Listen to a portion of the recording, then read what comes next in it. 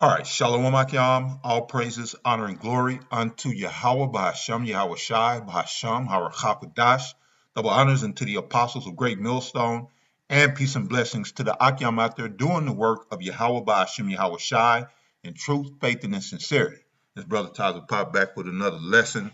This one we're going to go into some history on Thanksgiving, and this is a cartoon that I found which explains some of the history, which for the most part is on point. So we're gonna go into it and look at the history because what this white man is trying to do, knowing that his kingdom is based on lies, he has to keep lies going to keep his system afloat, but he wants to rewrite history in his favor, which paints him in a positive, light and have him looking like he's the hero, the protector, the provider, everything that's positive and not the murderer, the raper, the robber that he truly is. So here we'll start here out of the book of First Timothy, and in the first chapter, let's see here, First Timothy chapter 1, verse 4, it says, "Neither give heed to fables and endless genealogies, which minister questions rather than edifying, which is in faith, so do." Right? So we're supposed to be edifying, building one another up in the truth. So it says, don't give heed to fables. And the way that they painted Thanksgiving, coming up in school, you would learn how it was peace and harmony among the Edomites and the Israelites of the tribe of Gad, which the natives that was here when the settlers came, 1600s, the early 1600s, 1620, the natives were the tribe of Gad. They were of the tribe of Gad here in North America. And so this cartoon is going to point out some real key info as to, what was going on in that time period, because you had already Jake that was in captivity. And so let's go here and let's grab this real quick. Where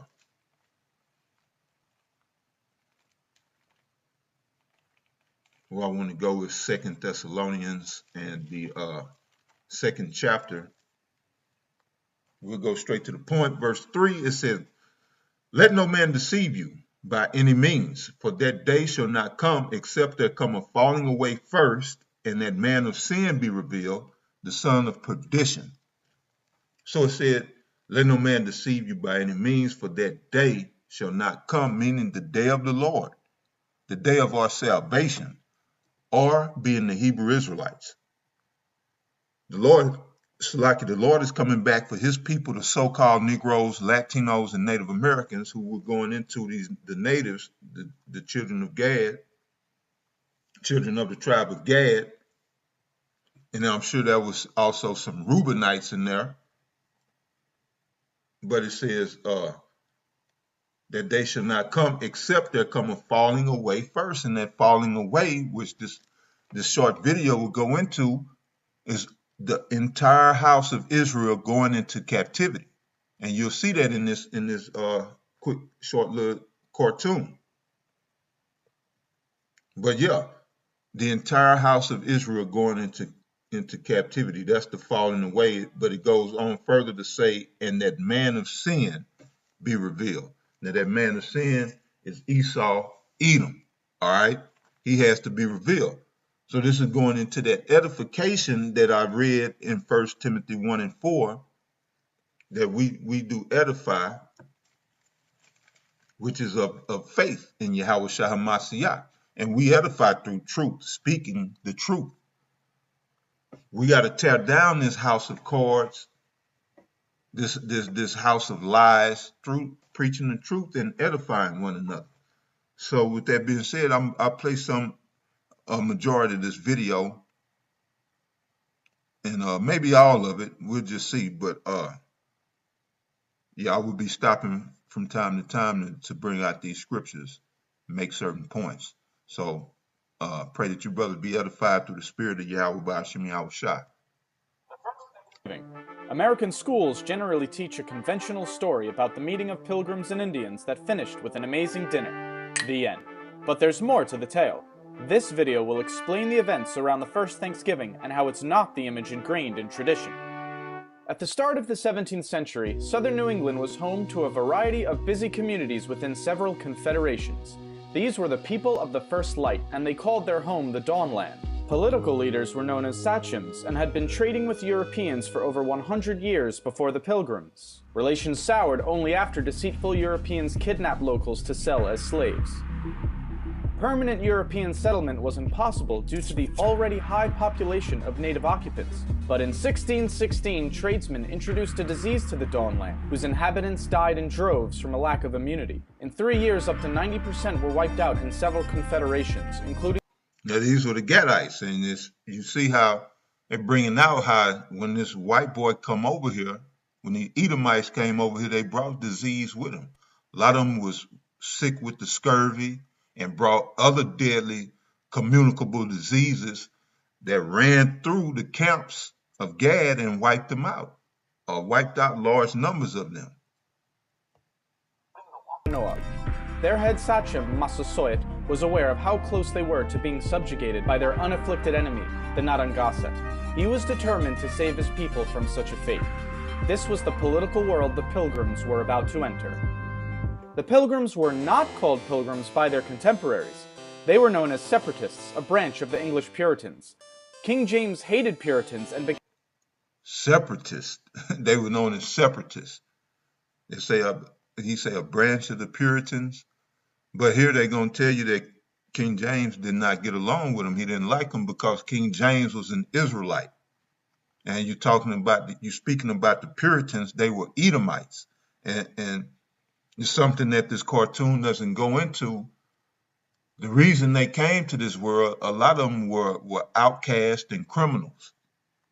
And King James wanted them out of the land. So he sent them over here to start colonies that he would later on be taxing. And one of the first settlements that was set up in Virginia was known as Jamestown, which was named after King James, which he was getting tribute from these Edomites. He had these Edomites in captivity. Began persecuting them in 1604, so the Separatists fled to Holland, where they were free to worship. But because they feared losing their national... Yeah, it said he was persecuting them because, they were the wicked. They were wicked back then. They don't tell them what they was doing. You know what they were doing, the same thing that they're doing now. So he wanted them out the land. And communal identity, the congregation wanted a new place to plant their church. They decided on America and asked King James for a patent that would grant them rights to build a colony. They planned to make a profit catching fish to pay off the debts to their investors. The Mayflower set sail on September 6th. 2 months later, Cape Cod was spotted and 16 men were sent ashore to inspect the area. Unfortunately, the settlers didn't know how to fish and food was running out. They resorted to stealing from graves, homes, and storage pits to keep everyone alive.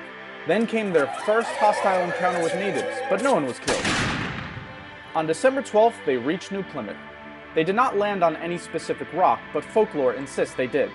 Construction began in January. By winter's end, 44 settlers would be dead from bad conditions.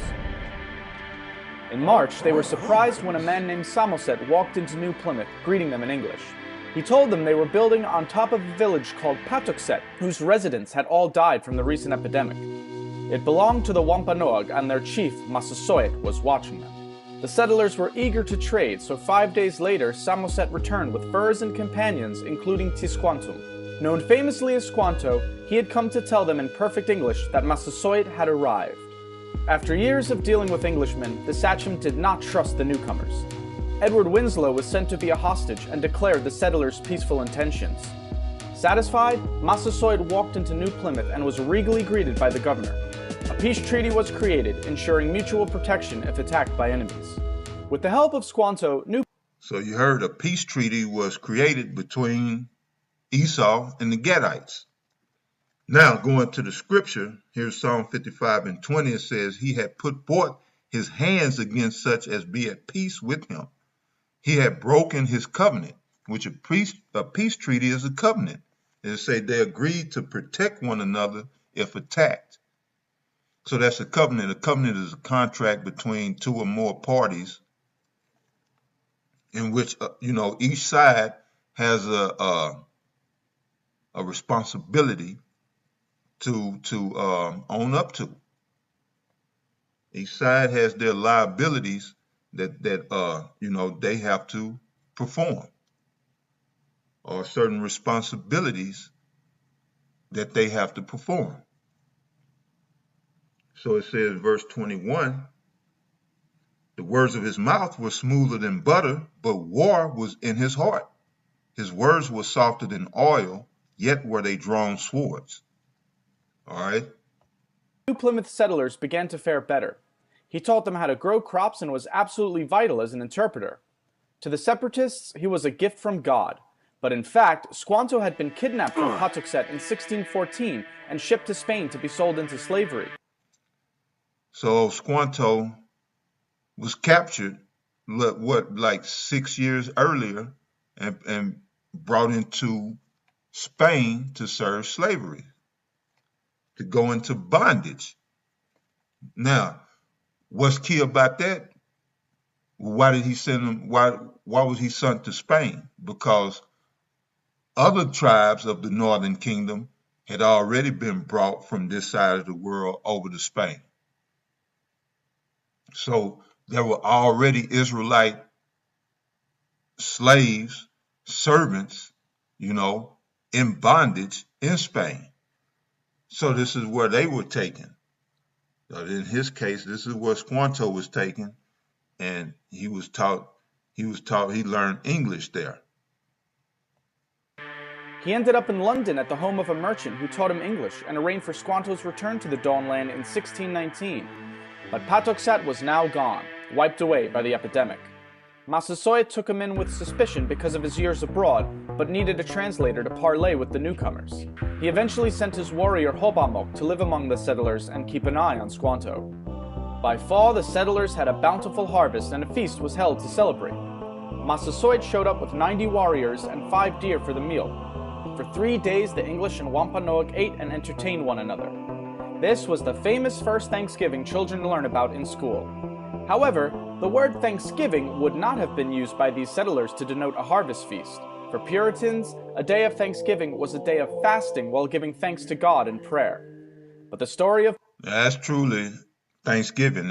If our people today want to try to make it about God, well, if it's about Yahweh Ba'ashem Yahweh Shah, what you would do is fast, for the atrocities that were committed against your brethren, and for your own wickedness, you would fast and give thanks to the Lord on that day. You wouldn't participate in any of the foolishness, the vanity that this world participates in. Pilgrims and Indians does not end here. During New Plymouth's first year, Squanto had been up to something. Realizing his substantial power as the only English speaker of his people, he conceived a plan to overthrow Massasoit. He persuaded locals he could command the English to make war or peace at his will. Hobamok was suspicious of Squanto and warned Governor Bradford. Soon enough, they discovered Squanto's plot and informed Massasoit, who was furious. He demanded Squanto be handed over for a swift execution. Bradford refused. The interpreter was too valuable to give up. But according to the treaty, Squanto's life belonged in the hands of his sachem. Bradford finally conceded. He was about to hand over Squanto when an unidentified ship appeared. The alarm it caused delayed Bradford and worried Massasoit's envoys. Angered and impatient, they left. The ship carried 60 Englishmen planning to build a colony near Boston. They abused the Massachusetts locals, initiating a conspiracy to kill the colonists. Warned about the plot, New Plymouth's leaders launched a preemptive strike to save their impudent countrymen. It bought peace for a time. In that time, more Puritan settlers arrived, soon outnumbering the natives. And while the Pilgrims' Treaty with Massasoit lasted until the sachem's death, other Puritans were not concerned with such alliances. Their fanatic religious principles ensured no peace between the two cultures could last. To Puritans, Native Americans were the other, wild, savage, godless. With such an So they looked upon the natives as wild, savage, and godless. You know, so and it said how they conspired. Esau came over here and conspired. The whole time, like I said, war was in their heart because they wanted the land. And it's important to note that a lot of the tribes of Gad, you know, not all, but a lot of the tribes of Gad, they didn't view land as Esau views it. Like he'll come in and he'll just take a land and then he'll take possession of it and he owns it. Gad, for whatever reason, a lot of the Gadites didn't view land like that. They just viewed it as, it being for everybody. This is why they would be on the move. They would move as pilgrims. They literally would roam the land. A lot of the tribes of Gad would follow the buffalo or the antelope, different animals, and they would be on the move. They'd set up camp for a time and then they would move on. So they didn't view land or occupy land as we would know today. So right, these devils came over and they conspired to take the land, and this is exactly what they did. Looking at the Gadites as being, like they said, savage and ungodly, to justify what they would do, which would be to murder in cold blood. The outcome was inevitable. If they did not convert to Christianity and surrender their cultural identity, they had to be eliminated. So do you hear that? Which I went into on the block. Let's see if I can grab that real quick. But yes, let's see, what was that?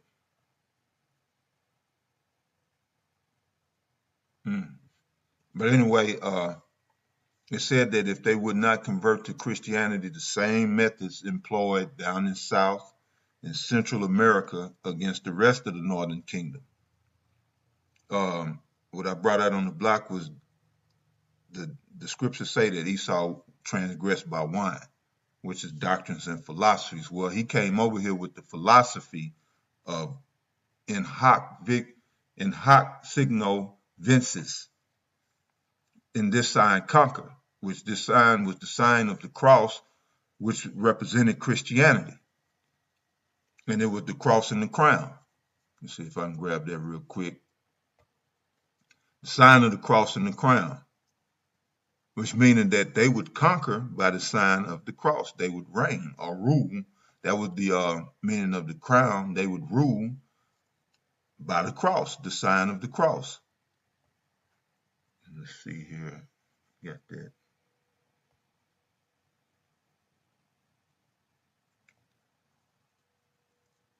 And so began their slaughtering spree. And they would do it all in the name of Christianity. All right, don't look like, I may not have it. I want to pull up okay, here we go.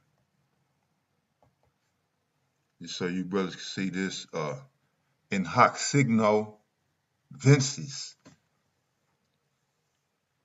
which translate in this sign conquer.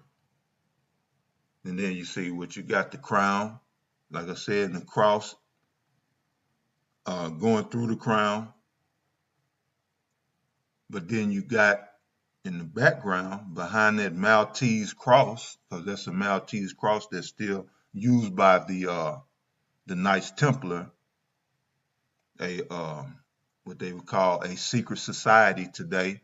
They're still out there, maybe under different names, but this is a sign that they use, that they go back to. Was showing you that they conquered by religion. So let's say behind the Maltese cross, you see two swords. And that's the force behind it. And that's what Esau deals with, because his blessing is the sword, which the natives here in North America would find out. Right, in this sign conquer but it's really by the force or the power of the sword. But they putting that front out there as it being something righteous, something noble, that they're doing something noble and morally upstanding, but it's really just to cover for the atrocities that they would commit by the force of the sword. So let's see here. First Thanksgiving.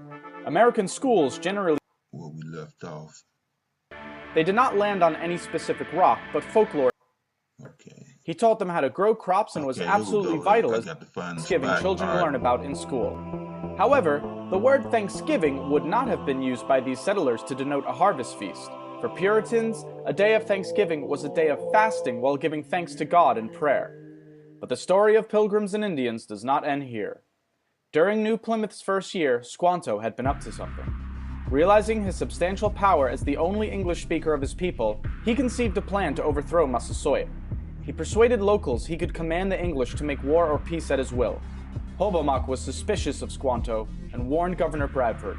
Soon enough, they discovered Squanto's plot and informed Massasoit, who was furious. He demanded Squanto be handed over for a swift execution. Bradford refused. The interpreter was too valuable to give up. But according to the treaty, Squanto's life belonged in the hands of his sachem. Bradford finally conceded. He was about to hand over Squanto when an unidentified ship appeared. The alarm it caused delayed Bradford and worried Massasoit's envoys. Angered and impatient, they left. The ship carried 60 Englishmen planning to build a colony near Boston. They abused the Massachusetts locals, initiating a conspiracy to kill the colonists. Warned about the plot, New Plymouth's leaders launched a preemptive strike to save their impudent countrymen. It bought peace for a time. In that time, more Puritan settlers arrived, soon outnumbering the natives. And while the Pilgrims' Treaty with Massasoit lasted until the sachem's death, other Puritans were not concerned with such alliances. Their fanatic religious principles ensured no peace between the two cultures could last. To Puritans, Native Americans were the other, wild, savage, godless. With such an ideology, the outcome was inevitable. If they did not convert to Christianity and surrender their cultural identity, they had to be eliminated. The first Thanksgiving was a brief moment of harmony between two worlds, but sadly it was short-lived. The capitalist opportunities the Dawnland presented, combined with zealous puritanical beliefs, were incentive enough to wipe away the native inhabitants. There is nothing... Right, so that's Esau. It said the capitalist opportunity, the opportunity to make money, it was there. And Esau saw it, and he got greedy and plotted, came up with a scheme to take the land and to break from the rule of England, which was basically the rule of Esau because it was still under England rule. But they wanted to get from under the rule of Jake, King George III, and the rest of the Jakes that were ruling throughout the Middle Ages. Because during the Middle Ages, the children of Israel, well, you had Israelites sitting upon thrones throughout Europe, Britain, Russia, and Spain, up until this white boy came back into power. So yeah, this brings up a bunch of good points, but one of the main things to remember here in Sirach chapter 12, verse 10, it says, "Never trust thine enemy, for like as iron rusted, so is his wickedness. Though he humble himself and go crouching, yet take good heed and beware of him. And thou shalt be unto him as if thou hast wiped a looking glass, and thou shalt know that the rust had not been altogether wiped away." So right, you gotta keep an eye on this devil, beware of him, and keep him at bay, keep him in his place. Which this was all, as Esau would term it, manifest destiny. But just like they said, their ideology, they came over here with their Christianity, and it was used to bring genocide. Scripture tell you in Habakkuk how they transgressed by wine. Right, he used an ideology to basically try to commit genocide. You understand? So, Right, that's this double in some of the history on Thanksgiving, which is why we don't celebrate this, this day that they observed, that they set aside to observe how they basically stole this land from the children of Gad through war, murder, and bloodshed. So I pray that you brothers were Sharing a feast edified, of thanks. Salakia. Pray that you brothers were edified. All praise, honor, and glory goes unto Yahweh Bahasham Yahweh Shai Bahasham Harakapadash. Double honors to the apostles of Great Millstone. Peace and blessings to the Akyam worldwide, enduring the fight of faith. So to the next lesson, you brothers stay up. And Shalom.